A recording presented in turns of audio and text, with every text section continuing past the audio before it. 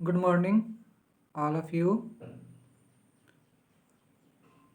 मैं Ram Madhav Rai, assistant professor, Chanakya college of education, Bettiah. आज का हम लोगों का क्लास होगा BEd first year, subject code C5, unit 1, lecture number 1। आज का हम लोग का प्रकरण है शैक्षिक अनुशासन के इतिहास। क्वेश्चन पूछ सकता है, शैक्षिक अनुशासन के इतिहास पर प्रकाश डालें या शैक्षिक अनुशासन के इतिहास को वर्णन करें। तो शैक्षिक अनुशासन क्या है, इसके बारे में हम लोग इस वीडियो में अध्ययन करेंगे। तो चलिए, अनुशासन का संबंध प्राचीन काल से ही शिक्षा व्यवस्था में रहा है, चाहे वह वर्तमान समय हो या प्राचीन समय। शिक्षा व्यवस्था में अनुशासन का संबंध प्राचीन काल से ही रहा है। प्राचीन काल में शिक्षा व्यवस्था का मूल रूप शिक्षक केंद्रित था, परंतु उसमें शिक्षक द्वारा छात्रों के सर्वांगीण विकास का प्रयास किया जाता था।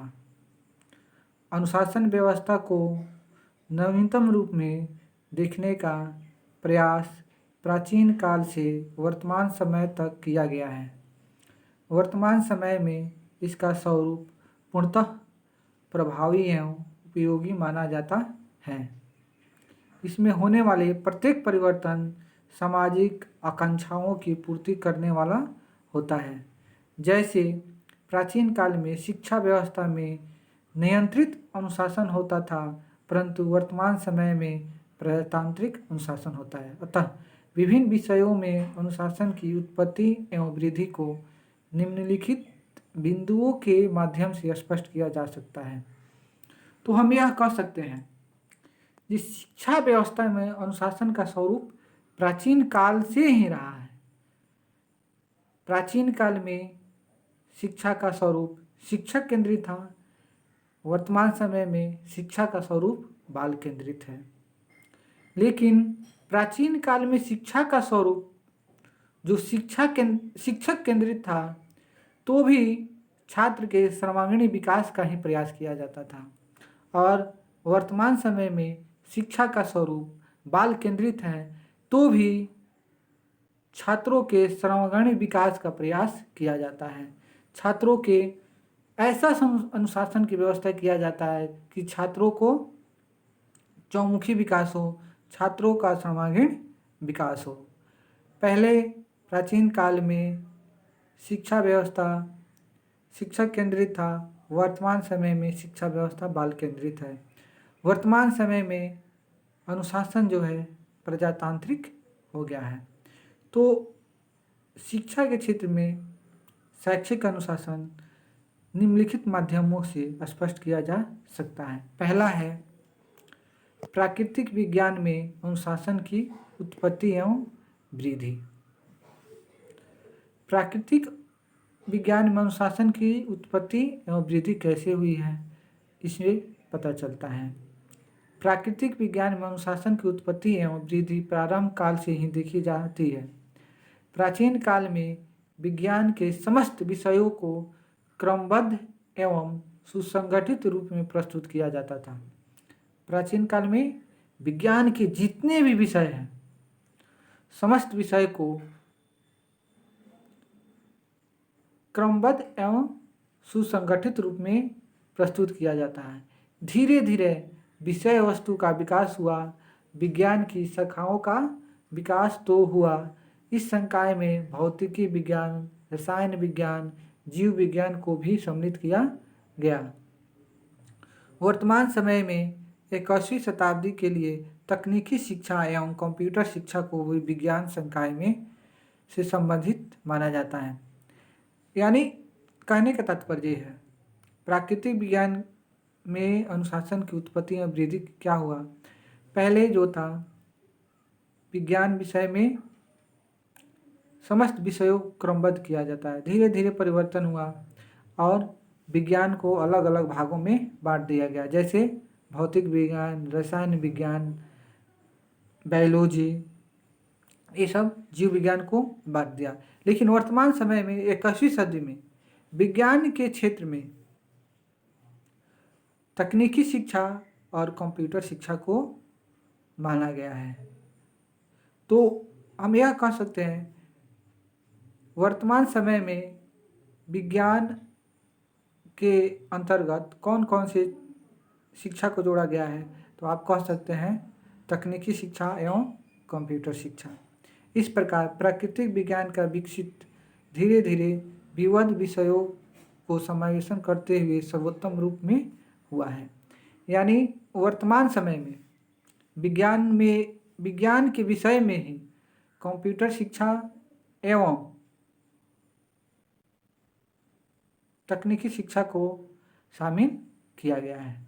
तो विज्ञान संकाय में वर्तमान समय में क्या क्या है, भौतिक विज्ञान, रसायन विज्ञान, जीव विज्ञान के साथ साथ तकनीकी शिक्षा एवं कंप्यूटर शिक्षा, ये सब विज्ञान संकाय में ही है वर्तमान समय में।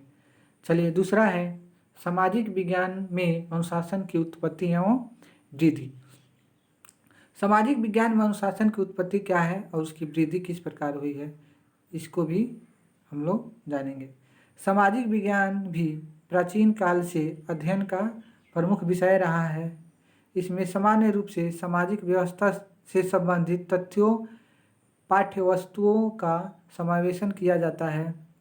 नीति शास्त्र, वर्ण व्यवस्था, कर्म व्यवस्था, श्रम व्यवस्था को क्रमबद्ध रूप से प्रस्तुत किया जाता है तथा विविध जाति, लिंग, धर्म एवं व्यवस्था के आधार पर नियमों एवं प्रस्तुत किया जाता है। राजा का धर्म, प्रजा का धर्म, गृहस्थ का धर्म एवं अन्य व्यक्तियों का धर्म इन विषय विज्ञानों में प्रस्तुत किए जाते हैं। वर्तमान समय में प्रत्येक विषय का पृथक विकास हुआ है। यानी वर्तमान समय में प्रत्येक विषय का अलग अलग विकास हुआ है। अब प्राकृतिक विज्ञान में समाज शास्त्र, अर्थशास्त्र, राजनीति शास्त्र, भूगोल, इतिहास को भी सम्मिलित किया जाता है। पर्यावरणीय अध्ययन को भी सामाजिक विज्ञान का एक अंग माना जाता है। इस प्रकार सामाजिक विज्ञान का क्षेत्र व्यापक हो गया है। वर्तमान समय में समाज को चौमुखी विकास के लिए इस संकाय का विषयों का व्यापक रूप में वृद्धि हो जाता है। तो चलिए हम इसको अपने भाषा में समझ सकते हैं। प्राचीन काल में सामाजिक अध्ययन जो है समाज के विकास के लिए एक महत्वपूर्ण विषय था। इसके अंतर्गत नीति, वर्ण, कर्म, श्रम इत्यादि को रखा जाता था। जाति, लिंग, धर्म, राजा का क्या कर्तव्य है, प्रजा का क्या कर्तव्य है, अन्य लोगों का क्या कर्तव्य है, ये सब सामाजिक विज्ञान में रखा जाता था। लेकिन समय के अनुसार धीरे धीरे परिवर्तन हुआ और सामाजिक विज्ञान के अंतर्गत समाजशास्त्र, अर्थशास्त्र, राजनीति शास्त्र, भूगोल, इतिहास आदि सब्जेक्ट को सम्मिलित किया गया। वर्तमान समय में पर्यावरणीय अध्ययन को भी सामाजिक विषय में रखा गया है और सामाजिक अध्ययन का मुख्य उद्देश्य होता है कि समाज का चौमुखी विकास हो, समाज के हर पहलुओं पर ध्यान रखा जाए, समाज में किसी भी व्यक्ति का कष्ट न हो। तो विज्ञान जो है प्रगति करने के लिए ज़रूरी है और सामाजिक विज्ञान है उसको किस तरह व्यवस्थित किया जाए कि समाज के सभी लोग खुशहाल और शांति से अपना जीवन यापन कर सके, सामाजिक विज्ञान के अंतर्गत आता है। भाषा में अनुशासन की उत्पत्ति एवं वृद्धि। अब भाषा में अनुशासन की उत्पत्ति एवं वृद्धि कैसे हुई। प्राचीन काल में संस्कृत भाषा का महत्वपूर्ण स्थान था। प्राचीन काल में सबसे ज़्यादा संस्कृत भाषा का महत्वपूर्ण स्थान था। संस्कृत भाषा अनेक भाषाओं की उत्पत्ति मानी जाती है। यानी माना जाता है कि अनेक भाषाओं का स्रोत संस्कृत ही है। संस्कृत भाषा से ही अनेक भाषाओं का निर्माण हुआ है। हिंदी भाषा में भी अनेक शब्द संस्कृत भाषा से लिया गया है। संस्कृत भाषा के व्याकरण संबंधी नियमों में क्रमबद्धता पाई जाती है। प्राचीन काल का साहित्य विभिन्न भाषाओं में था, परंतु इन भाषाओं के मध्य अनुशासन था। धीरे धीरे सामाजिक परिवर्तन हुए, अंग्रेजी एवं उर्दू आदि भाषाएं भी प्रचलित में आ गई। वर्तमान समय में हिंदी, अंग्रेजी, संस्कृत के त्रिभाषी सूत्र में रखा गया है। तो ये भी क्वेश्चन पूछा जा सकता है कि त्रिभाषी सूत्र में कौन कौन से भाषा है। तो आप लोग बताइएगा, हिंदी, अंग्रेजी और संस्कृत जो है वर्तमान समय में त्रिभाषा सूत्र है। त्रिभाषा सूत्र के अंतर्गत हिंदी, अंग्रेजी और संस्कृत को रखा गया है।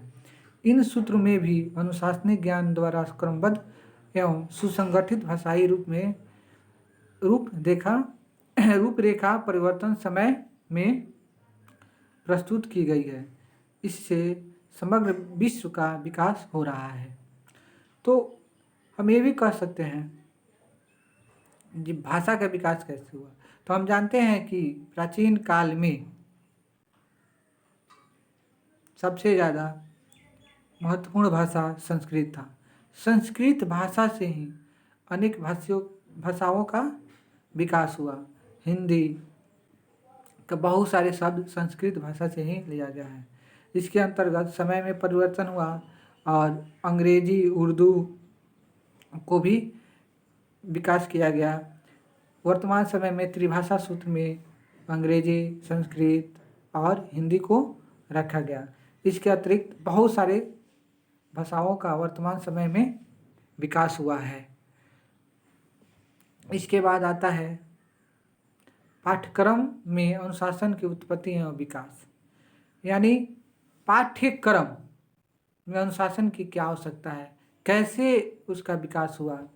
तो प्राचीन काल में विद्यालय विषयों के पाठ्यक्रम में क्रमबद्धता की स्थिति देखी जाती थी।